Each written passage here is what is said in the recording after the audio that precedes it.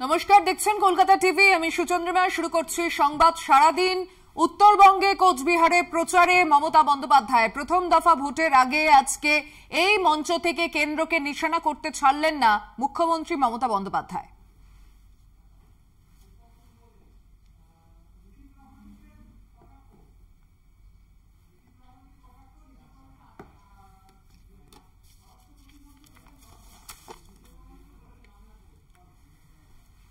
কোচবিহারের সভা থেকে কেন্দ্রীয় স্বরাষ্ট্র প্রতিমন্ত্রীকে নিশানা মমতার, নাম না করে নিশীথকে আক্রমণ মুখ্যমন্ত্রীর।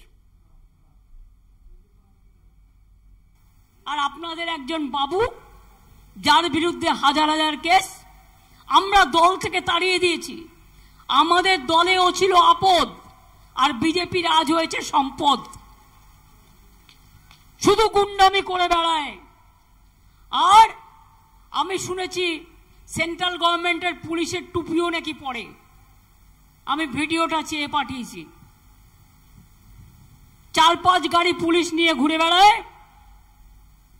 কদিন আগে উদয়ন গুহকেও অ্যাটাক করেছিল। উদয়নের গুহর গাড়িতে অ্যাটাক হয়েছে। আসামের সাথেও কানেকশন। আসাম আমাদের ভাই বোন, কানেকশন থাকাটাকে আমি অস্বীকার করি না।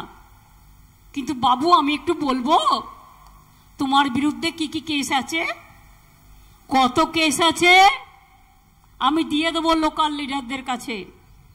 আমার কাছে সব নথিবদ্ধ করা আছে। তুমি আজকে নাকি স্বরাষ্ট্র হোম মিনিস্টার। লজ্জা লজ্জা লজ্জা, দেশের লজ্জা, দেশের কলঙ্ক। গণতন্ত্র কলঙ্কিত হয়েছে। কেন আপনাদের এখানে আর রাজবংশী লোক ছিল না?